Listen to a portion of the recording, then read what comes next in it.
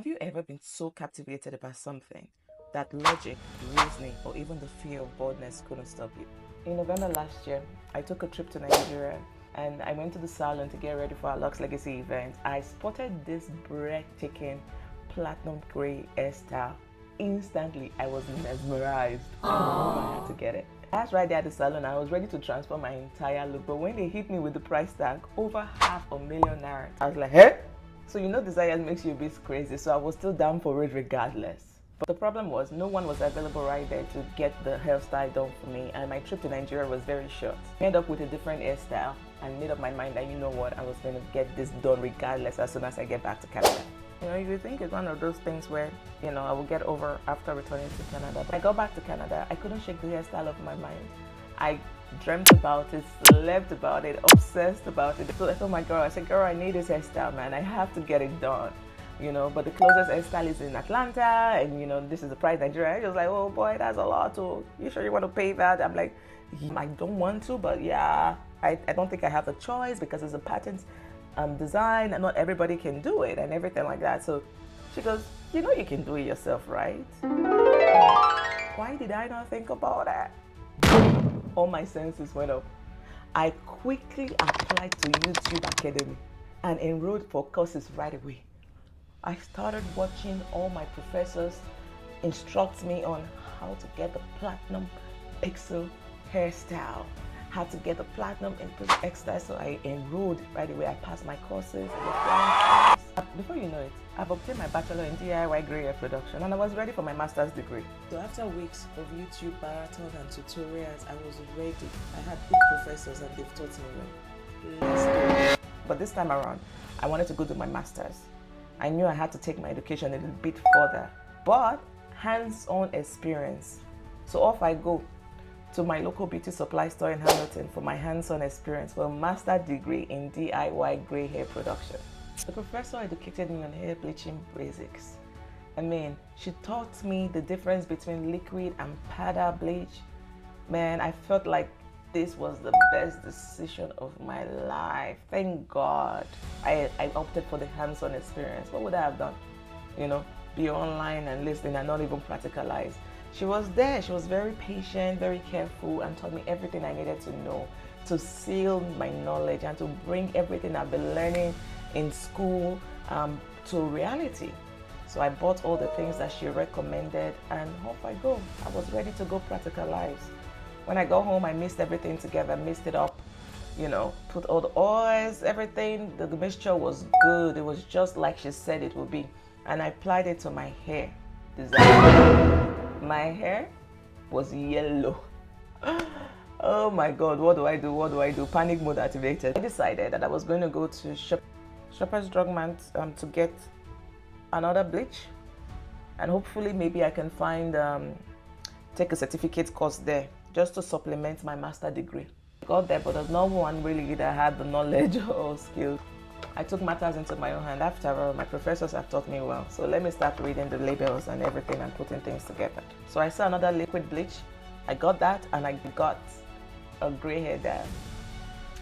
My idea was to bleach it just one more time and apply the dye. Why did they not even tell me to apply the dye in the first place? Why do I have to go through bleaching, then dyeing, and it was too much. I could have just applied the dye, you know. So I'm like, why did they not tell me? So I was like, look at the color I'm looking for now. They have the dye for it now. Went home, applied the bleach. My head was on fire. I couldn't stand it, so I washed it off immediately. But I was determined to see my results that day. Then I applied the dye, the gray hair dye, on my yellow hair. My results, dirty brown. Panic mode activated ×2. At night, I tossed and turned and tossed and turned. I couldn't sleep. I couldn't wait for daybreak. No one must catch me with this hair. Dirty brown? How did gray turn to dirty brown? Perhaps I should have waited till I got to PhD level before even attempting this. So I decided to go for my PhD.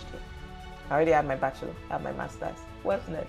PhD, professor in DIY gray hair production. How cool is that? Let me go. The kids set out for school. I marched straight into another beauty supply store. This time around, my PhD professor, was an expert. She laid it down like ABC, dummied it up for me, and I was so confident that this time I wasn't gonna fail. She told me that the dial that I put on, the color combination, it makes sense. You know, those days in school, you do like, you know, red plus yellow equals orange. So I had yellow hair and I put gray equals dirty brown. So she educated me. I'm like, okay, that makes sense now. All right. This time you have to bleach your hair, bleach it like, you know, to be, you know, like almost whitish, and then apply your toner, which is your purple toner, and eventually you will get your gray hair. Amazing. Let's go. So I go home, I put everything that she said into practice. The result was okay. I was at least saying, you know, something grayish, you know, was there. So I could live with that. At least I was close. My scalp was on fire at this point. So I tried the first time, I bleached the first time with the product that she gave me. The result was, okay, but I still saw some yellow. I braced myself up for round 2. I applied mix, and put the round 2 on my head again. And, you know, this time around, I saw whitish, like all the front hair was kind of white. Some patches, because, you know, DIY, I couldn't get in as much, were kind of like, you know, yellowish. And I thought maybe I can live with that. So I applied my purple toner and I got a somewhat grayish result. I thought, okay, I'll rock it for a while. But the real reason why I decided to rock it wasn't because I was satisfied. It was because my scalp, low-key, was on fire. Anyway, so I was loving my hairstyle. You know, I'll get some compliments. Once in a while, someone will ask me, what's that yellow stuff? I'm like, yeah, just 1 week. In my mind, I'm like, give me a week. You won't say that. You won't ask me that question. Just wait until I'm done. You won't ask me that question anymore. So I was like, okay, impatient. I said, okay. And then after a week, I started to feel okay. I was like, I'm ready. I'm ready to finish work. I'm ready to finalize this hairstyle. So I mixed and I applied, and I loved it. In fact, I started with my moves and I loved it. I'm like, yes, this is it. Finally, white hair, you know. So I was happy. I did not check for my village people. I didn't realize that all this time when I was practicalizing, they were just in the corner looking for the perfect opportunity to step in. When they stepped in, when the village people stepped in, every time I go in the bathroom and come out, I lose hair. I go in the bathroom, I come out, I lose hair.